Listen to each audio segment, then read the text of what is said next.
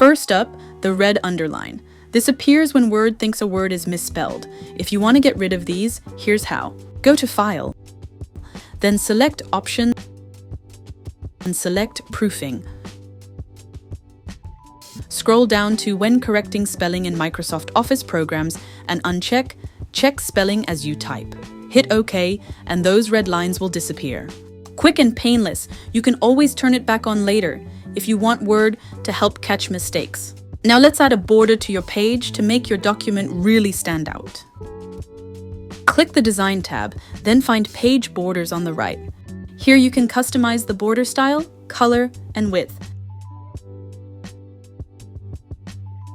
Pick your favorite settings, then hit OK.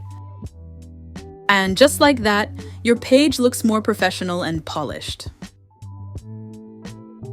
Thanks for watching. If you found these tips helpful, hit like and subscribe for more quick word tutorials. Drop a comment if there's something else you want me to cover. See you next time.